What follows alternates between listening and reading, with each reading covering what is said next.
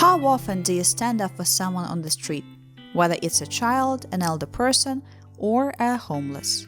Sometimes we are so busy with our own affairs that we don't even notice anyone but ourselves. However, the girl in our today's video turned out to be a real guardian angel and saved the child's life.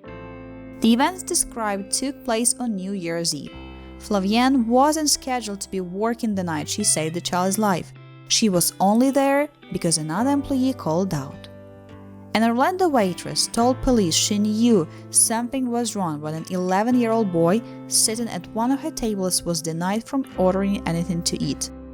As a mother, she said, that's not something you do, come to a restaurant and forbid your child from eating. Then she noticed the bruises on his arms and face. Carvalho had a plan.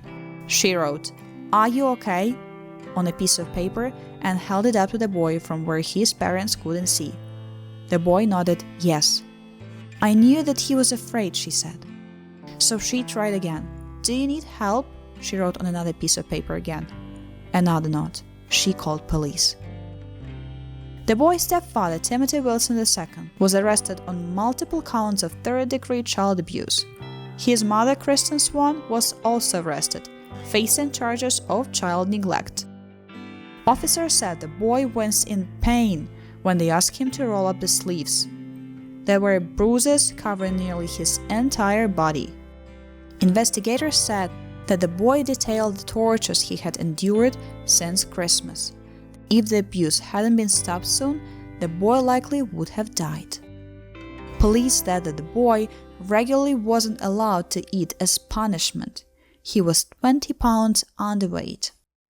To be honest, what this child had gone through was torture, detective from Special Victims Unit said. There was no justification for it in any realm of the world.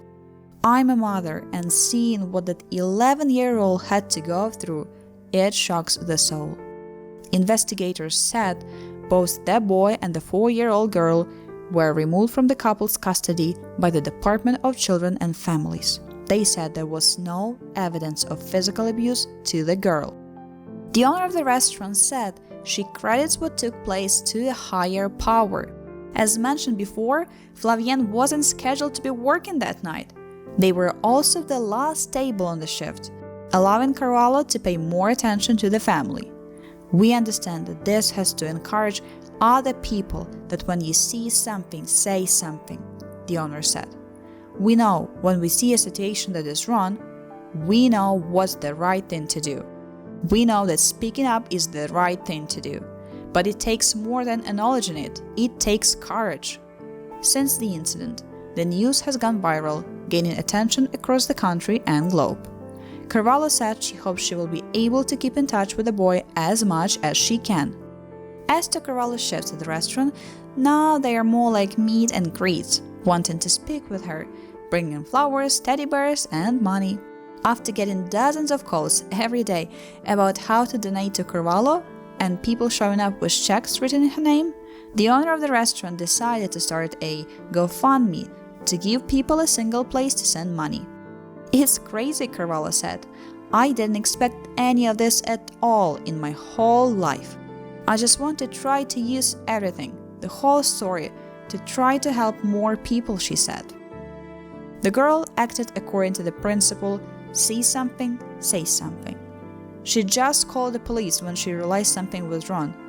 It seems like a simple action, but it saved the life of a poor boy. So, do not hesitate when you want to do a good deed. Do it.